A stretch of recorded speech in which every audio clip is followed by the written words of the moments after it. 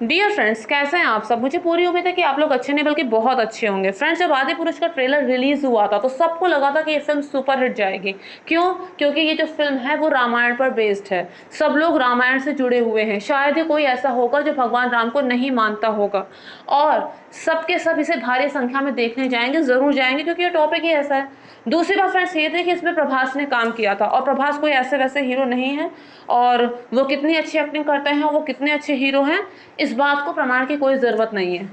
लेकिन इस फिल्म में रामायण की जो धज्जियां उड़ाई हैं इन लोगों ने, जो मजाक बनाया है, वो निंदा के काबिल है, और इसकी निंदा की भी जानी चाहिए। इसके जो भी डायरेक्टर है, प्रोड्यूसर है, जो भी इसके करता धरता है, उन्हें बीच में आके माफ़ी मांगनी चाहिए, क्योंकि इस फिल्म में उन्होंने हमारी धार्मिक मान्यताओं को, हमारी आस्था को, श्रद्धा को, सबको मजाक बना के रख रखा है। पहली बात यहाँ पे शुरू होती है, आप लोगों ने एनिमेटेड मूवी देखी होगी the legend of Prince Ram. उसमें एक ही सॉन्ग में पूरी हिस्ट्री बता दी थी रामायण की। 1.5 घंटे की मूवी में रामायण के हर पहलू को टच किया था।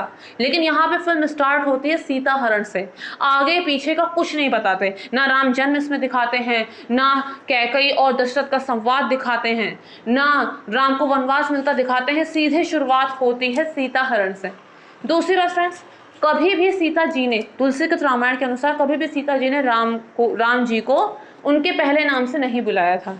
वो या तो उन्हें करुणा निधान कहती थी, या तो वो उनको आर्यपुत्र कहती थी, या तो उनको स्वामी कहती थी, कुछ भी कहती थी, लेकिन उनके नाम से उन्हें नहीं बुलाती थी। यहाँ पर सीधे सीता जी ने भगवान राम को राघव कहा है। दूसरी बात फ्रेंड्स, यहाँ पर रावण इस तरह का दिखाया गया है कि उसे देख के दूर दूर तक कहीं नहीं लगता कि वो लंका का मालिक है। वो सोने की लंका का मालिक है, कुबेर को उसने जीता है, उसके पास पुष्पक विमान है। यहाँ पर दिखाया गया है कि जो रावण है वो चमगादड़ की सवारी करता है। कहाँ पे लिख दिया, कहाँ पे पढ़ लिया, कहाँ से देख लिया कि रावण जो है वो चमगादड़ की सवारी करता है।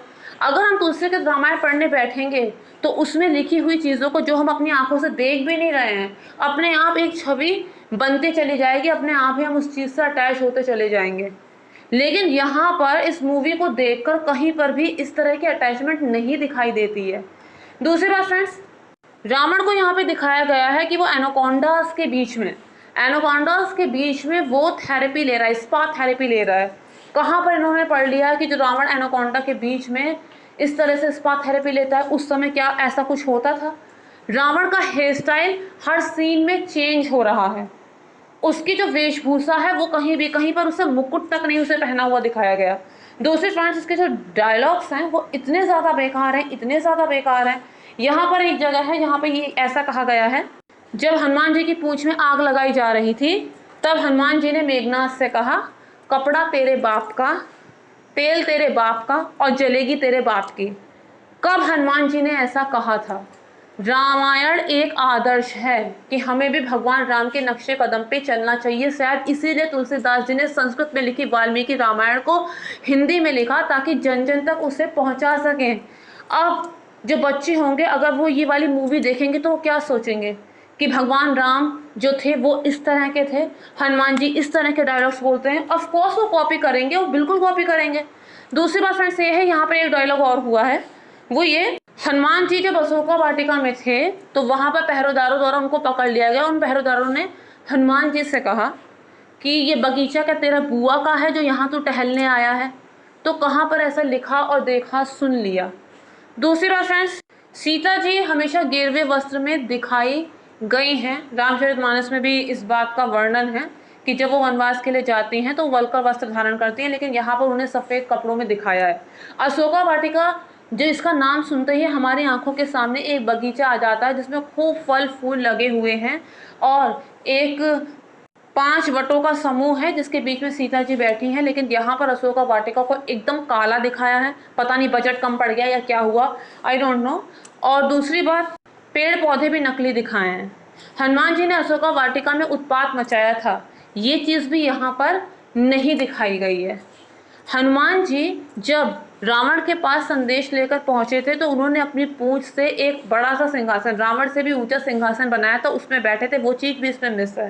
अंगद जब फिर से शांति प्रस्ताव लेकर गए थे तो उन्होंने अपना पैर आगे रखा था कि अगर तुझमें इतना सामर्थ्य है तो मेरा पैर ही हिला के दिखा, लेकिन इसमें वो चीज़ भी नहीं दिखाई है।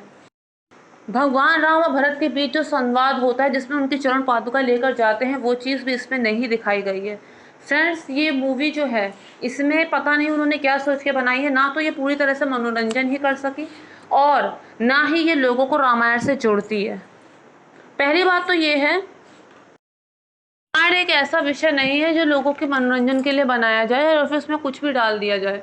ये लोगों की धार्मिक आस्था का प्रतीक है और बाहुबली में तो जिस तरह से लुक दिया गया था प्रभास को, उसका 1% भी यहाँ पे भगवान राम के लुक में नहीं दिखाई दे रहा है। उनका लुक कुछ कुछ जीसस की तरह दिखाया हुआ है। अब क्या सोच के उन्होंने रामायण बनाई पता नहीं। सीता जी ने हनुमान जी को चूड़ामणि दी थी, अपने जूड़े का एक आभूषण हनुमान जी को दिया था, लेकिन इसमें दिखाया है कि वो हाथ से चूड़ी उठा के देती हैं।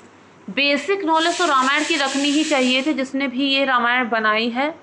तो फ्रेंड्स, ये मूवी भले 600 करोड़ में बनी हो, लेकिन इससे अच्छा वो 600 करोड़ दान में दे देते तो ज़्यादा बेनिफिट होता। और किसी काम की नहीं है ये मूवी, और क्योंकि इसका हीरो प्रभास है तो हो सकता है कुछ लोग देखने चले जाएं, नहीं तो बहुत ही भद्दा मजाक है ये धर्म के नाम पर, आस्था के नाम पर। नास्तिक भी बोल पड़ेंगे ये ऐसी मूवी है। Thank you friends.